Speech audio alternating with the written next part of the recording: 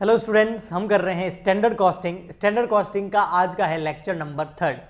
Last lecture के अंदर हमने लेबर कॉस्ट वेरिएंस को अच्छे से समझा था, उसके फॉर्मूलाज, उसके न्यूमेरिकल्स भी हमने करे थे। आज के लेक्चर के अंदर हम समझने वाले हैं labour cost variance, labour cost analysis बोल सकते हैं आप इसको, लेबर कॉस्ट एनालिसिस। जैसे मटेरियल कॉस्ट को कंट्रोल करना मैनेजमेंट के लिए बहुत इंपॉर्टेंट होता है और इसीलिए वो वेरिएंस निकाल के फिर उसके ऊपर एक्शन लेते हैं, ठीक है। चाहे वो एडवर्स हो चाहे फेवरेबल हो, लेकिन वहाँ पर कुछ ना कुछ एक्शन ज़रूर होता है, पॉजिटिव या नेगेटिव। ऐसे कैसे लेबर की भी तो कॉस्ट होती है। कोई भी प्रोडक्ट को जब बनाते हैं तो उसमें मेन इंपॉर्टेंट पार्ट मटेरियल और लेबर और ओवरहेड 3 का होता है। तो मटेरियल भी इंपॉर्टेंट है, मटेरियल कॉस्ट को कंट्रोल करना, वैसे कि वैसे लेबर कॉस्ट को भी कंट्रोल करना बहुत ज़रूरी है। और उसमें अगर पॉजिटिव जो है अगर वेरिएंस आ रहे हैं, जिसको हम फेवरेबल वेरिएंस भी बोलते हैं, तो वहाँ पर जो है एक्शन लिया जाता है, प्रमोशन वगैरह दिया जाता है। और अगर वहाँ पर नेगेटिव रेस्पॉन्स आता है, यानी कि एडवर्स इफेक्ट आ जाता है अगर, तो फिर वहाँ पर एक्शन लिया जाता है, सुधारात्मक कार्रवाई की जाती है और इस तरीके से जो है लेबर कॉस्ट को कंट्रोल किया जाता है। लेकिन लेबर कॉस्ट को कंट्रोल करने से पहले हमें उसके वेरिएंस कैलकुलेट करने ज़रूरी है, ताकि हमें पता लग जाए कि एक्शन कैसे लेना है, पॉजिटिव या नेगेटिव, ठीक है। तो लेबर कॉस्ट एनालिसिस के अंदर सबसे फर्स्ट जो हम कैलकुलेट करते हैं फॉर्मूला, वो है लेबर कॉस्ट वेरिएंस। अभी जब मैं आपको ये करा रहा हूँ ना लेबर कॉस्ट वेरिएंस, ठीक है, तो ये मटेरियल के जैसा ही है, फॉर्मूले सेम वैसे ही होंगे, बस थोड़ा बहुत चेंज होगा। मैं बताता हूँ आपको कैसे। जैसे मटेरियल कॉस्ट वेरिएंस निकालते थे, जिसको हम शॉर्ट में MCV बोलते थे, यहाँ पर LCV हो जाएगा, यानी कि लेबर कॉस्ट वेरिएंस। फॉर्मूला दोनों का ही सेम रहता है। फॉर्मूला क्या था? Standard cost minus actual cost, total standard cost minus total actual cost. चाहे मटेरियल वेरिएंस का फॉर्मूला भी यही था और लेबर कॉस्ट वेरिएंस का भी यही है ना।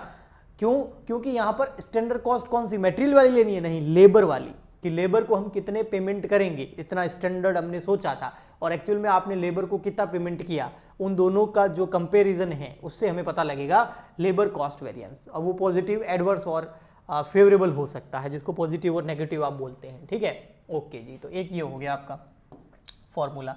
अब यहाँ पर लेबर कॉस्ट वेरिएंस जो है, हाँ, उसको फर्दर आगे 3 पार्ट के अंदर डिवाइड किया जाता है। अगर आप मटेरियल कॉस्ट वेरिएंस के अगर आपको चार्ट याद है तो आपको पता था हमने 2 पार्ट में डिवाइड किया था, लेकिन यहाँ पर 3 पार्ट के अंदर डिवाइड होगा। वो कैसे होगा मैं आपको बताता हूँ। देखो, इसके अंदर सबसे फर्स्ट पार्ट जो आता है वो है आपका लेबर रेट वेरिएंस। जैसे वहाँ क्या होता था मटेरियल के अंदर, मटेरियल प्राइस वेरिएंस होता था, यहाँ पर लेबर रेट वेरिएंस हो जाएगा, लेबर रेट वेरिएंस। वहाँ प्राइस वेरिएंस या रेट वेरिएंस, क्योंकि लेबर को जो वे वर्कर्स होते हैं उसको रेट के हिसाब से उनको पेमेंट किया जाता है, ठीक है। तो लेबर रेट वेरिएंस यहाँ पर कैलकुलेट किया जाता है। लेबर रेट वेरिएंस का फॉर्मूला कुछ हद तक मटेरियल प्राइस वेरिएंस की तरह ही होता है ना। जैसे वहाँ मटेरियल प्राइस के अंदर हम क्या प्राइस लेते हैं, कौन सी, standard price minus actual price. तो यहाँ हम रेट ले लेंगे, कौन सी, standard rate minus actual rate. वहाँ पर मल्टीप्लाई पता है किससे करते थे अपन, मटेरियल प्राइस वेरिएंस के अंदर वहाँ पर मल्टीप्लाई करते थे standard price minus actual price multiply by actual quantity. तो यहाँ पर एक्चुअल क्वांटिटी तो होगी नहीं, लेबर की क्वांटिटी नहीं होती है। यहाँ पर लेबर को जो पेमेंट किया जाता है वो पर आवर किया जाता है, इसीलिए रेट डिसाइड की जाती है। भाई 1 घंटे के लेबर को इतने मिलेंगे, 2 घंटे के इतने मिलेंगे, तो पर आवर अगर यहाँ पर जो है कैलकुलेट किया जाता है, तो यहाँ पर हम मल्टीप्लाई कर देंगे एक्चुअल आवर से, एक्चुअल घंटे, कितने घंटे उसने काम किया, एक्चुअल आवर से हम उसको मल्टीप्लाई कर देंगे। ओके, तो आप देखेंगे जो लेबर रेट वेरिएंस है वो मटेरियल प्राइस वेरिएंस की तरह ही उसका फॉर्मूला है। मटेरियल प्राइस वेरिएंस का फॉर्मूला होता था standard price minus actual price multiply by actual quantity, है ना। तो बस यहाँ पर स्टैंडर्ड प्राइस की जगह स्टैंडर्ड रेट हो गया, एक्चुअल प्राइस की जगह एक्चुअल रेट हो गया और एक्चुअल क्वांटिटी की जगह एक्चुअल आवर्स हो गए। समझ में आ गया? तो कहने का मतलब ये जो चार्ट पूरा बनने वाला है लगभग आपका ये वैसा ही बनने वाला है, ठीक है, जैसा हम मटेरियल प्राइस वेरिएंस के अंदर या मटेरियल वेरिएंस में निकालते थे। ओके, तो यहां हो गया लेबर रेट वेरिएंस। यहां आएगा आपका labour efficiency variance. Yes, labour efficiency variance, yes, labour efficiency variance. इसका फॉर्मूला कुछ हद तक मटेरियल में जो हम यूसेज वेरिएंस निकालते थे उसकी तरह होगा, ठीक है। अब क्या होगा, यहाँ पर जो आर्स है वो अंदर आ जाएंगे, है ना, जैसे वहां पर क्वांटिटी अंदर आ जाती थी, यहाँ पर आर्स अंदर आ जाएंगे। देखो यहाँ आ जाएगा सबसे पहले आपका standard hours minus actual hours और मल्टीप्लाई वहाँ स्टैंडर्ड प्राइस से करते थे, यहाँ पर स्टैंडर्ड रेट से हो जाएगा। वहाँ कहाँ, जब हम मटेरियल यूसेज वेरिएंस निकालते थे उससे रिलेटेड मैं बता रहा हूँ आपको। तो फॉर्मूला सेम इज है, फर्क क्या है, प्राइस की जगह रेट लिख दिया है और क्वांटिटी की जगह आर्स लिख दिया बस। ओके, ये दो सेम है, ठीक है। इसके अलावा फिर इसको आगे और फर्दर बढ़ाया जाता है, उसमें भी हम बढ़ाते थे, मटेरियल वाले में भी थी, उसको भी बढ़ाएंगे। इसमें आगे फर्दर दो और फॉर्मूलाज निकल के आते हैं, बताता हूँ। उसमें एक तो आ जाता है आपका, जैसे मटेरियल मिक्स वेरिएंस होता था ना, यहाँ हो जाएगा labour mix variance. Labour mix variance, थोड़ा सा इसको ना नीचे करता हूँ क्योंकि एक फॉर्मूला हमको बाद में और भी लिखना है, मैं बताऊँगा आपको, लेकिन पहले हम उसी तरीके से चार्ट बनाते हैं जैसे हमने मटेरियल का बनाया था, ठीक है। तो यहाँ आ जाएगा आपका labour mix variance, material mix variance, यहाँ आ गया आपका लेबर मिक्स वेरिएंस। ओके, अब लेबर मिक्स वेरिएंस का फॉर्मूला देखो, ये वाला फॉर्मूला पूरा इधर लेना है, standard hours minus actual hours और मल्टीप्लाई बाय स्टैंडर्ड रेट। बस फर्क क्या है, स्टैंडर्ड के आगे क्या लगा देंगे, आर। आर मतलब रिवाइज स्टैंडर्ड आवर्स, याद है अपन मटेरियल के अंदर भी ऐसे ही करते थे, है ना। ओके, यहां एक और फॉर्मूला आ जाएगा labour revise efficiency variance. Labour revised efficiency variance, ठीक है बेटा।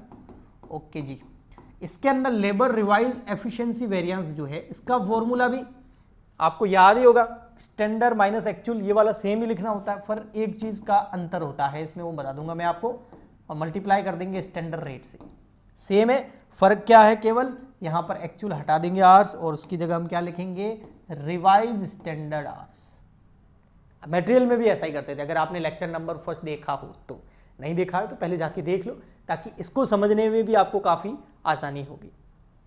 जो ये लेबर रिवाइज एफिशिएंसी वेरिएंस है, ये वाला, इसको एक और नाम से भी जाना जाता है, पता है, लेबर यील्ड वेरिएंस।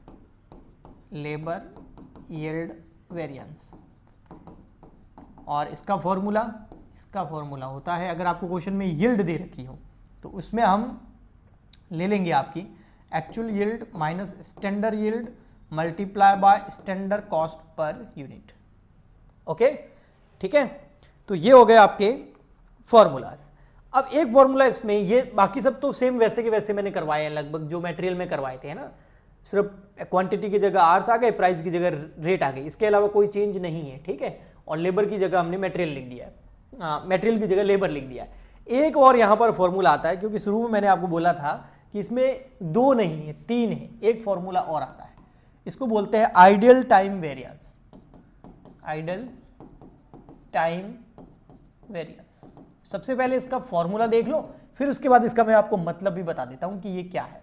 इसमें क्या लेते हैं, आइडियल टाइम, और उसको मल्टीप्लाई करते हैं स्टैंडर्ड रेट से, तो ये हो गया आपका फॉर्मूला।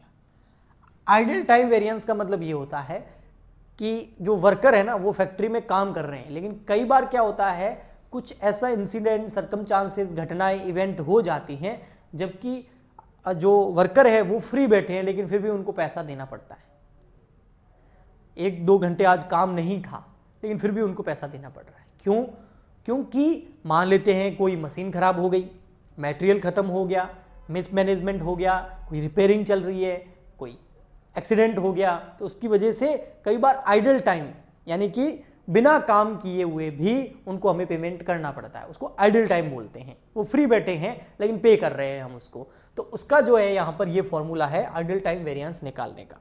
ओके, ठीक है। और अगर आइडल टाइम ज़्यादा हो रहा है तो फिर आपको वो वेरिएंस जो निकल के आएगा उसी से आपको पता चलेगा कि भैया थोड़ा सा मैनेजमेंट को अच्छे से काम करने की ज़रूरत है, और मशीन्स वगैरह जो है उसको जब लेबर नहीं होते उसी टाइम उसको रिपेयर कराने की ज़रूरत है, और जो है जो भी वजह से उनका टाइम वेस्ट हो रहा है किसी भी वजह से, तो उसके ऊपर मैनेजमेंट फिर काम करता है।